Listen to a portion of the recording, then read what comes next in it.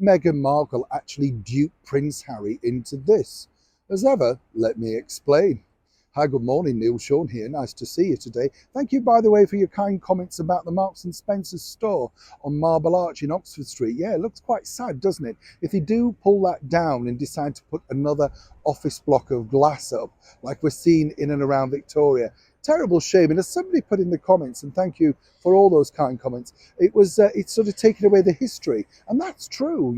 All the buildings then look the same, don't they? So there's no reason to go down such an iconic street. But as ever, it's our London Mayor Sadiq Khan that likes to do these things in the name of apparently progress, making sure, of course, he gets enough money to cover his security expenses and no doubt his pension when he's finally booted out. I'll leave that one there. Back as ever, though, to your breaking royal story of the day. I don't know about you, but what I found fascinating with the Harry and Meghan documentary on Netflix was just the incredible detail, the intimacy of all so many subjects and periods during their life together, so far. Really, from the off, there was a camera seemingly ready even when they went on holiday.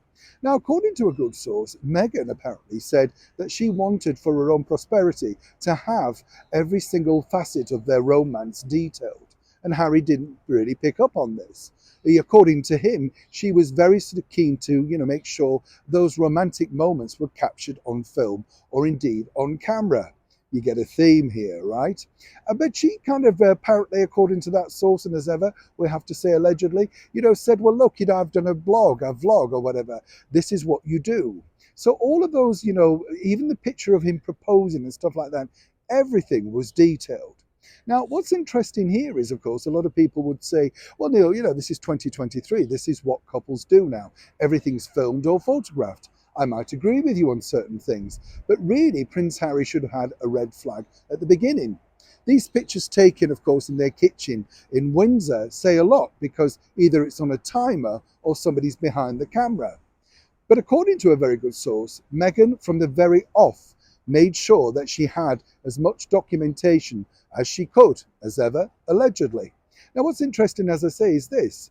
Basically, she was advised by someone, normally a manager or an agent, and let's not forget, she was a budding actress with a failing career at this point, whichever way you look at it. Suits wasn't set to keep going on, whatever she thought, and that was just a lowly cable TV show. So they basically suggested that, look, you may want to document everything. So that's what Meghan did, literally document everything. There's hours of footage on phones and stuff like that, according to that source. Now, many people might say, well, how dumb was Prince Harry to allow everything to be filmed? Well, as we can see, he is completely love-struck. He absolutely adores this particular lady. Nothing wrong with that. You can understand it in many respects. But the bigger picture, of course, for him is he will have no idea just exactly what's been documented, recorded, or snapped away. And also, neither do senior members of the British monarchy, because as one person pointed out to me, Meghan always had her phone at hand, always ready with the, record button. So, of course, people might think, well, what conversations did she record? And this is pretty terrifying in many respects, because obviously publicly she couldn't release them. But as we saw recently with Prince Harry's book, it's fascinating, isn't it, that that particular book got leaked. And as I told you before, still no legal recourse against that particular individual. So what's the betting? Perhaps in the future, if things should go wrong, something could inadvertently get leaked. But for Prince Harry, he didn't see any of this as a problem at all. In fact, he embraced the fact that he, as Meghan's, paramour, not husband at that point, wanted to be featured so much by her camera. Apparently, he was completely smitten. The bottom line is, of course, as we all know in the world of Hollywood, when things go wrong, even with NDAs and all sorts of confidentiality agreements, things can turn very nasty.